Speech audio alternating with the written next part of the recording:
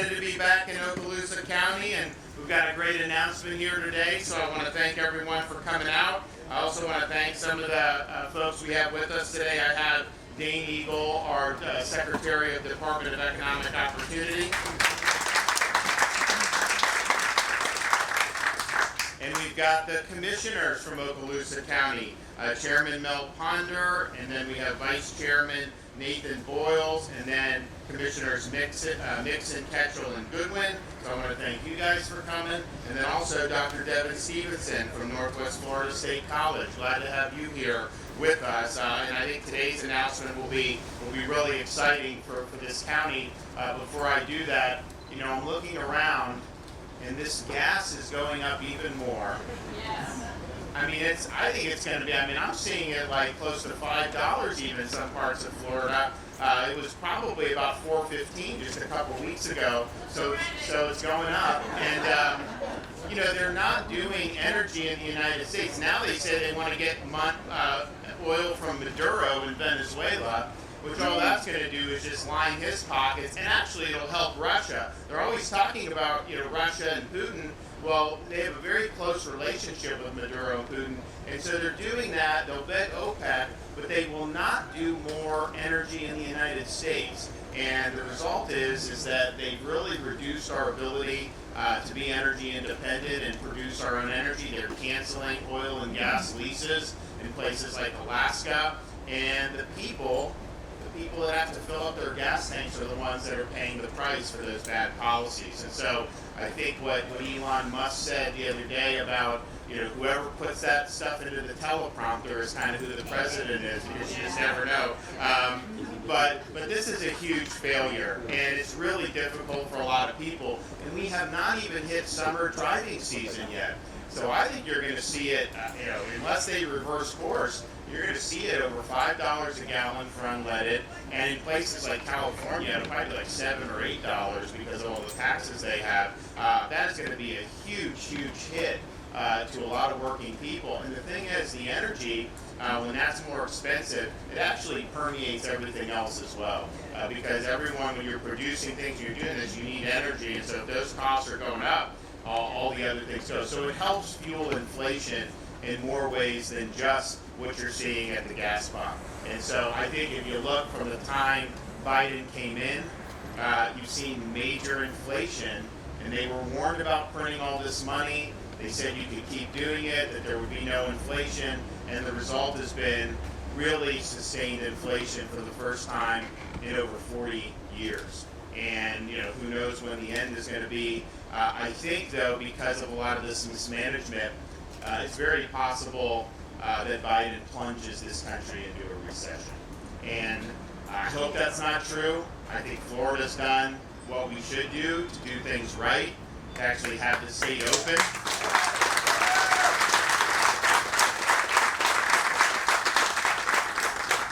So our budget for this current fiscal year, which ends June 30th, we've been operating with a budget of $101.5 billion. Well, what does that mean? Well, compare us to our closest state population-wise, New York State.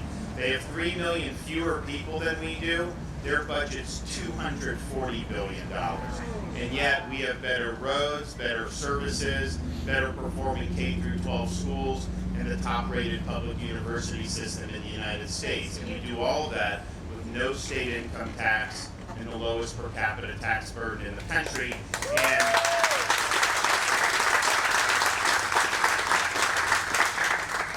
And we won't know the final number until the fiscal year ends, but we are going to end this fiscal year on June 30th with a $101.5 billion budget. We're going to have a surplus of over $20 billion. That's the largest in the history of the state of Florida.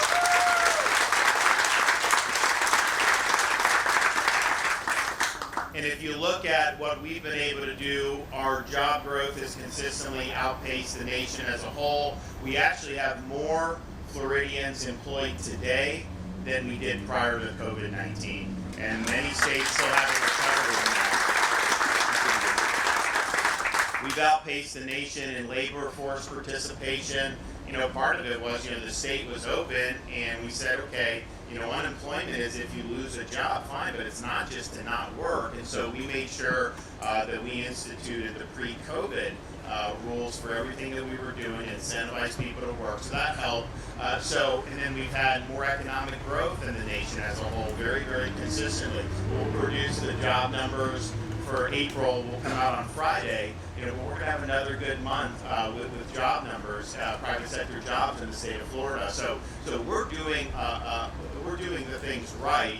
We're very fiscally strong, and I hope we don't end up seeing a recession. But I think you'd be foolish not to take steps to plan to protect the state in that event. And I can tell you this: with our surplus, if we do see a slowdown, we will not miss a beat. We will just move some money from surplus and plug whatever we need to plug. So law enforcement, infrastructure, education, all those things, done, taken care of, no problem, because we've done it right.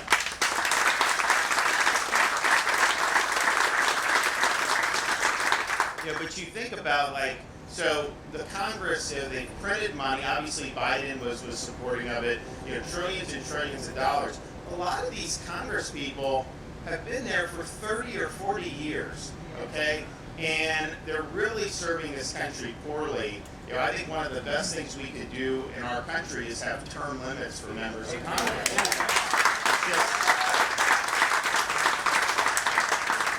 We have term limits in the legislature in Florida, and what that means is you end up, some of these guys, you have speakers and leaders of the Senate, and they're there for 2 years as leader. So they have an incentive to try to get a lot of things done and leave a legacy. In Washington, all they want to do is just keep themselves in office forever. And they end up making decisions that are constantly benefiting themselves at the expense of the country's future. And so if you did do, in Florida, we've actually certified an amendment for term limits. Some other states have done it. We need a lot more to do it. But if you actually did term limits, you would have had, just imagine, Nancy Pelosi would have been gone in the 1980s if you had term limits.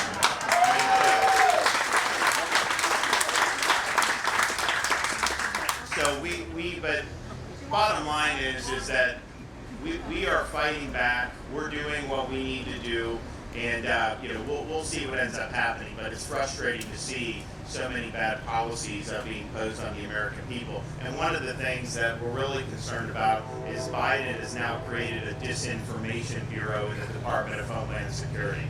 And they have this Nina Jankowicz, who's really off her rocker, that they put in charge of this. And she's been a huge supporter of conspiracy theories like Russia collusion and all these other things, but they're making her the arbiter of what's true and what is, quote, disinformation or misinformation.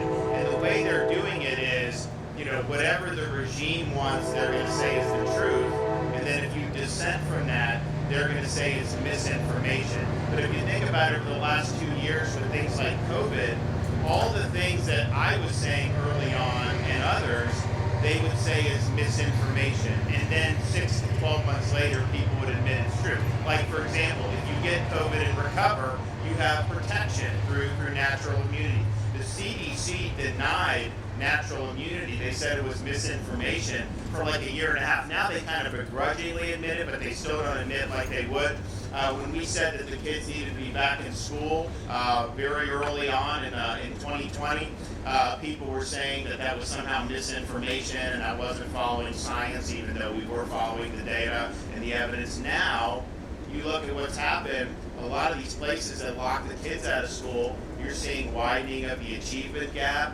You're actually seeing public school enrollment hemorrhage in a lot of these places because the parents couldn't get the kids in school, so they're homeschooling. They're doing that. They're moving to Florida. They're doing all these other things. And, we're supportive of homeschool and all that, but in Florida, our enrollment in our school system has actually increased compared to over the last 2 years because we've been open. We said the kids don't have to wear masks for 8 hours a day. We're working to make sure that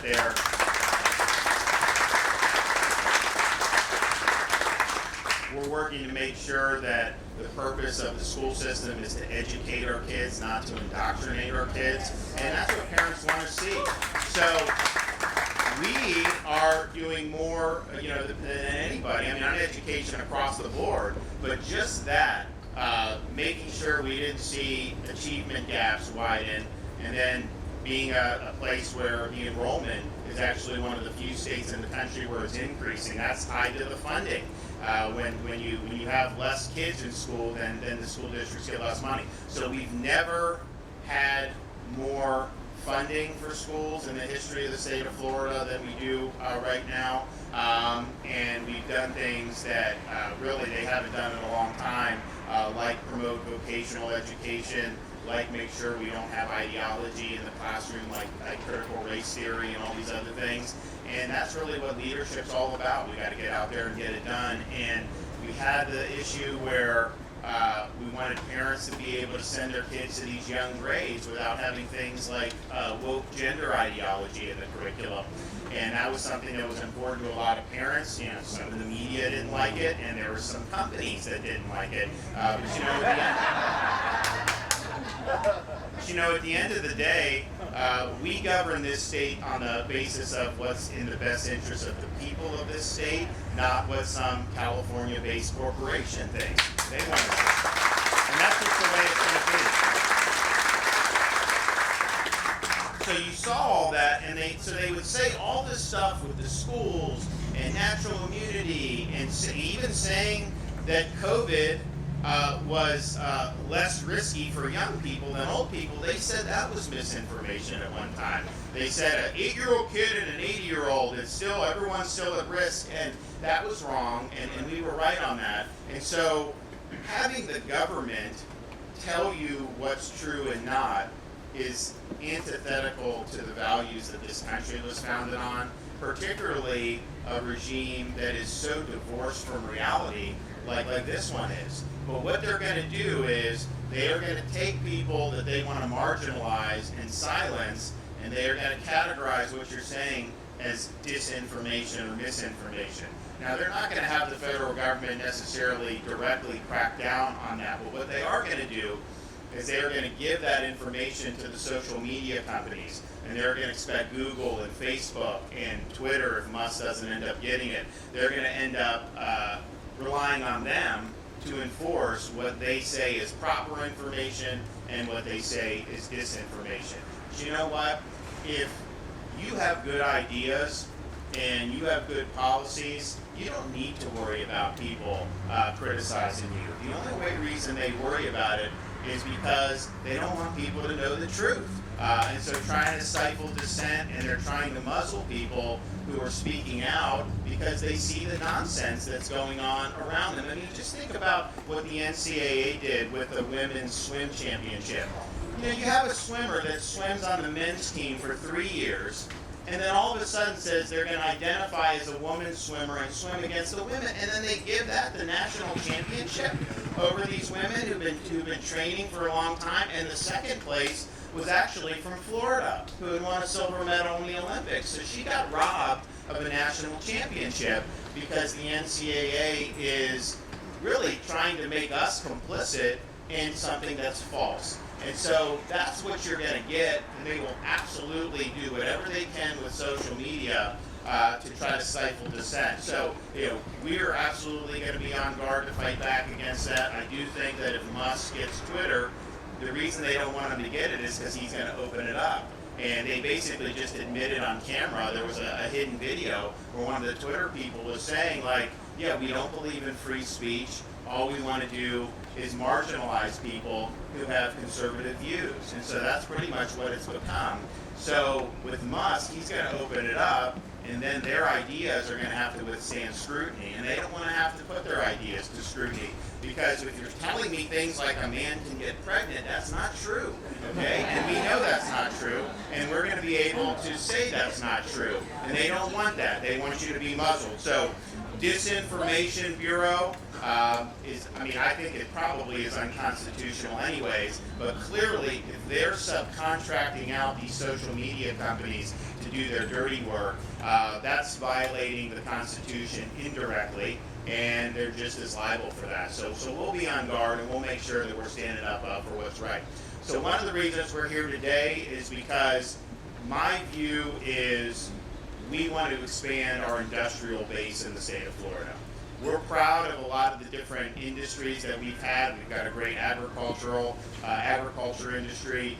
We obviously have a great tourism industry. 2021, we set a record for domestic tourism in the state of Florida, even better than we did pre-COVID.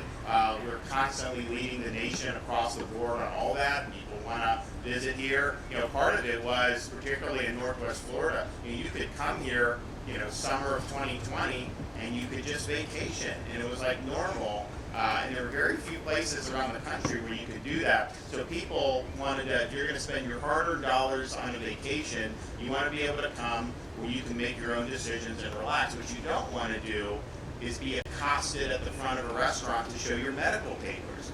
What you don't want to do is have somebody nag you about putting a mask on your face. And so they knew in Florida you wouldn't have to do that. So that was part of the reason we did really well. So we're proud of that. You also see more things happening where you have this commercial space industry. If you go on the east coast of Florida, compared to where we were 10 years ago, it's night and day. It's fantastic what's going on. You've got a lot of these financial technology, other types of stuff wanting to come because, quite frankly, we have a better economic environment. So you've seen that. And you've seen other things. But I think that this country needs to make more things and not have it all come from China. And we saw that during COVID. We need all this stuff, and it's all coming from China. So why would you want to have key things that are made in China, who's a hostile country to us, an authoritarian country to us, and then us just be at the whim of whatever President Xi wants to do? I don't think that that's right. So we've worked really hard to do that. We've got some great announcements in the pipe in terms of what's going on throughout the state. There have been a number of companies that have moved down to the state of Florida to be able to produce things here, and we're working with more every day. But part of what you need to do, I think there's two main things you have to do in addition to having a good economic climate. One, you need to be committed to workforce education. And our view in Florida is, a 4-year brick and ivy university is not the only way people can be successful in this world. And in fact, it's not even the best way in many, many instances, because you have really high demand skills that would be more considered traditional skilled trades. I mean, we just did a thing in Northwest Florida State College, expand truck drivers training for commercial licenses. Walmart is starting out these truck drivers at $110,000 a year. You have companies in Florida that will pay a $15,000 signing bonus for new truckers. So this is a huge thing. We do more diesel mechanics. We've done more for welding and HVAC and all these other things. Very important stuff and really lucrative. And the thing is you don't have any debt when you go into these, and you're making good money. There's been a lot of people from my generation on who were told, man, unless you have that college degree, you're not going to be successful. So a lot of people have gone $100,000 in debt. Some of them don't even graduate. Actually, a lot of them don't even graduate. And then some of them graduate and they have a bachelor's of arts in zombie studies. Okay, well, and then they end up working at a job they could have had at a high school, and they're deep, deep in debt. And so it doesn't mean that there aren't good pathways in universities. And in Florida, we don't let our state universities raise tuition. So it's actually affordable. And you can go, and you will not have to go $100,000 in debt, particularly if you have bright futures or all these other things. So we're proud of that, and there's obviously a pathway for that. But there's just as viable pathways to go the route of skilled trades and other type of career education. And so we've put our money where our mouth is. We've added 50 apprenticeships in the last couple of years. We're now really one of the leading states for workforce education. So these companies, if they're looking to expand footprint, they know that we have our state colleges or school systems that are going to work with the state to be able to produce people who have the necessary skills. So I think we've done a good job on that. You also need the infrastructure. They want to know, where's the industrial park? What kind of services? What are we able to do to be able to bring our company there or expand our footprint and create an awful lot of jobs in the process? And so that's what we're here today, because we look at Okaloosa County, and we look that there's a lot of people that are interested in bringing production capacity to Northwest Florida in general, but Okaloosa County specifically. So I'm really happy to be here today to be able to announce that the state of Florida, through the Governor's Job Growth Grant Fund, is going to be providing $3.2 million to Okaloosa County that will support the installation of road, rail, water, sewer, and broadband infrastructure for businesses at the 10,500-acre Shoal River Ranch off Highway 90.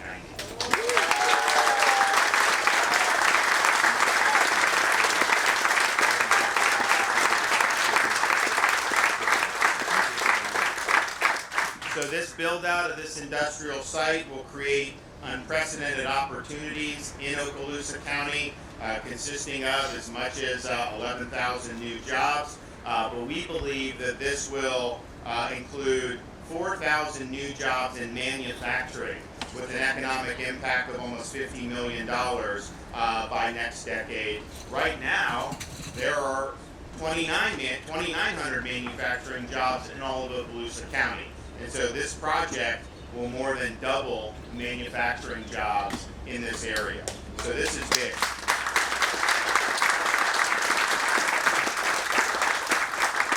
And so we will be working and I know the county is working with a lot of companies right now. And I know there's a number of them that are on the verge of making announcements and signing on the dotted line to come here. This commitment to the services at the industrial park is going to be huge. I mean, because this is going to give them the confidence that they have all the infrastructure they need to be able to be successful. So I anticipate there'll be some announcements in the not too distant future, and this is really a big thing. And you know, the thing about it is, there's all sorts of technology, there's all these other types of jobs. Nothing wrong with that. But you know, a technology company can just pick up and move somewhere else. You know, when you have an industrial capacity, you know, you're there, you have a lot of capital invested. You know, you're there as part of the community. And that not only means jobs that can fill now, but it also means as more students graduate, as more people need employment, that this becomes something that people in the community can rely on. And so I think it's a sturdier way to have a foundation of an economy, and I'm really, really excited that we're going to do it. And I know we will get great cooperation from the school district here in Okaloosa, from Northwest Florida State College. So if there are certain things that are needed, we will make sure we all work together to develop those programs so that our students in Northwest Florida have opportunities to move immediately into gainful employment. So we're going to be hearing from some other folks. So first we're going to hear from Mel Ponder, then we're going to hear from Dane Eagle. But before we do that, we will present the check. Who wants to take it? All right.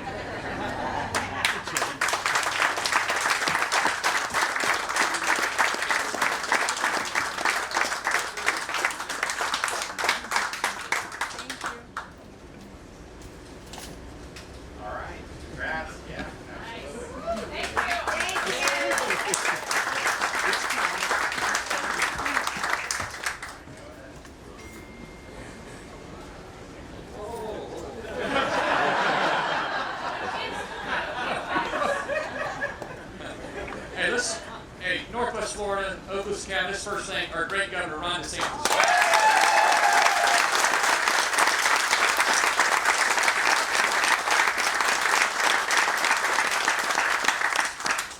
Governor, thank you so much for coming to Okaloosa County today. Secretary Eagle, thank you so much for coming to Okaloosa County today. It's a great honor, always a great honor for us here at home to welcome our great governor within our footprint.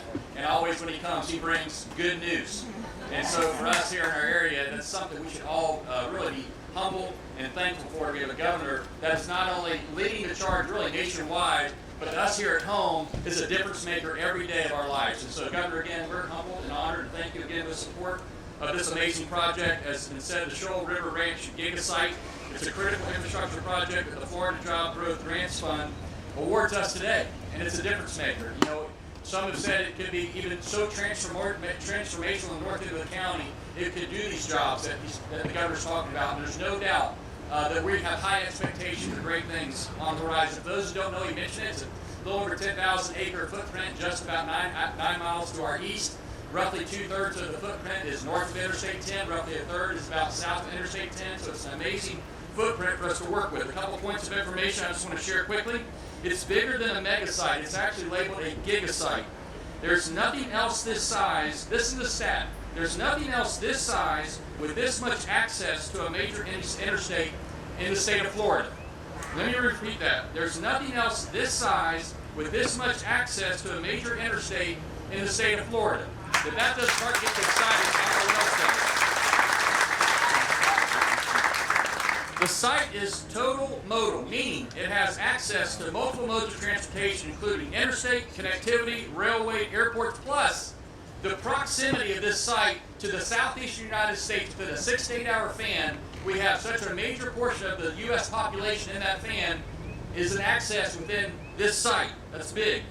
Also from this location, future tenants, as the governor talked about, will be trained and led by our education system, our college system, our K-12 system, our transitioning military, which is an amazing opportunity that we have here at home. They're technically trained. They're ready for these job opportunities that the governor just talked about today. For this location, just in the past 6 months, Nathan Sparks is here. One Okaloosa EDC has had in-depth conversations, as the governor referenced, and as the governor is now expecting, no pressure,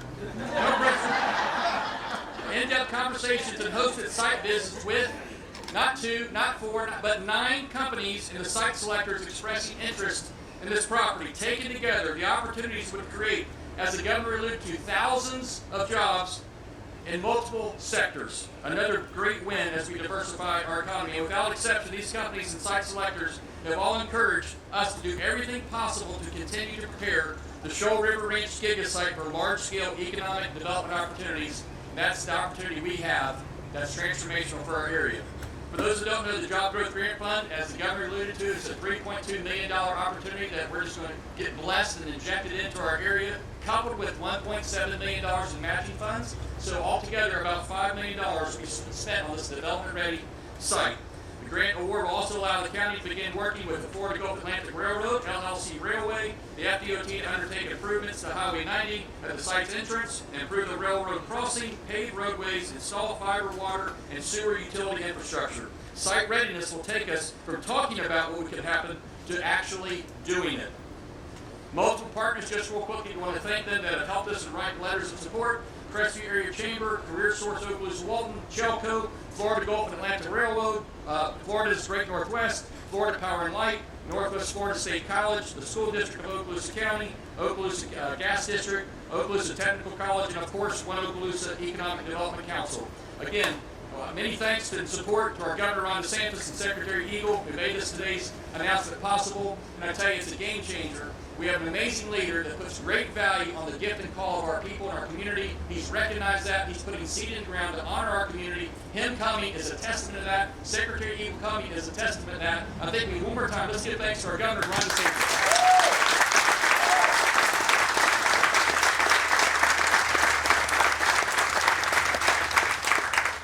Well, thank you, Mel. And we're also going to have Secretary of the Department of Economic Opportunity, Dane Eagle. Well,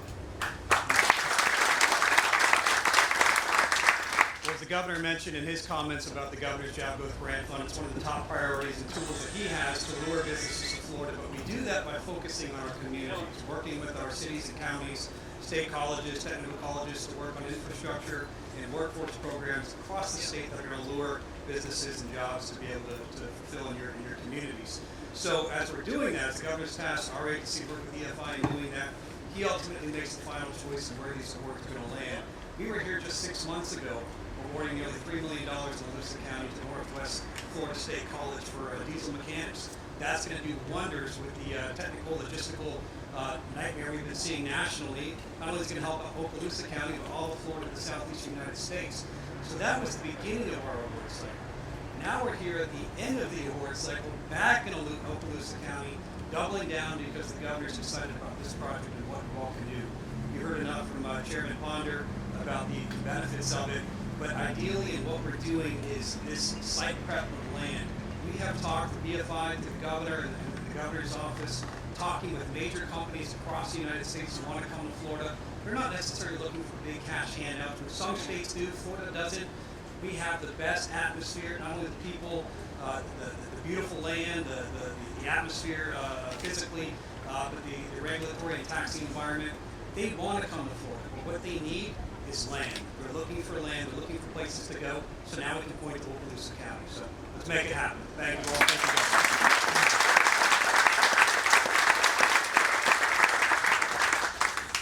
Well, I want to thank everybody. I'm excited about this. I think it's going to bear a lot of great fruit for this community. And we'll continue working to make sure that we've got good infrastructure, good opportunity for job training and career education. Also just would like to point out that we are bracing for the Biden administration repealing something called Title 42 at the southern border. And if you've looked, we've had, since Biden has become president, I think about almost 2.5 million people illegally cross the southern border. What does that mean in terms of the quality of life for Americans? Well, we know we've seen record human trafficking, sex trafficking, drug trafficking, such that now the #1 cause of death for people 18 to 45 in the United States of America is fentanyl overdose. They may be making it in China, but they are bringing it all right across the southern border because of what he's doing. Now, even as bad as those numbers are, that has all been done with this Title 42 in place that was a legacy from the Trump administration, where they are at least turning away some folks who are trying to come illegally. When they open that, you're going to see a major flood of people going across the southern border. And we've taken action. I mean, I sent people last year from Florida to help Texas. You know, the problem was they would be capturing these people coming illegally, and they just walk right across. I mean, they just walk right across. And so you give them to the feds, and then the feds would release them anyways. And so I didn't think that that was really a good use of resources. They need to be putting them back. I mean, that's really what you should do. So we sued Biden on catch and release, actually in Northwest Florida in federal court, and we're winning that case. So, we'll see what happens. Where I'm also going to sign a bill here in the next couple of weeks that if there's contractors that the federal government hires to dump illegal aliens in Florida, then those contractors forfeit the ability to do business with the state or with local communities. We're just not going to do it.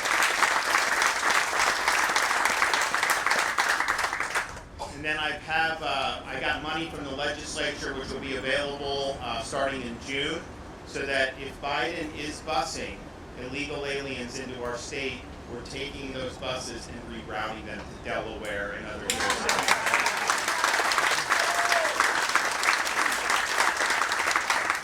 So stay tuned on that. I just think it's unbelievable, the failure at the southern border. The thing is, he took an oath, Biden, to support and defend the Constitution, to take care that the laws are faithfully executed.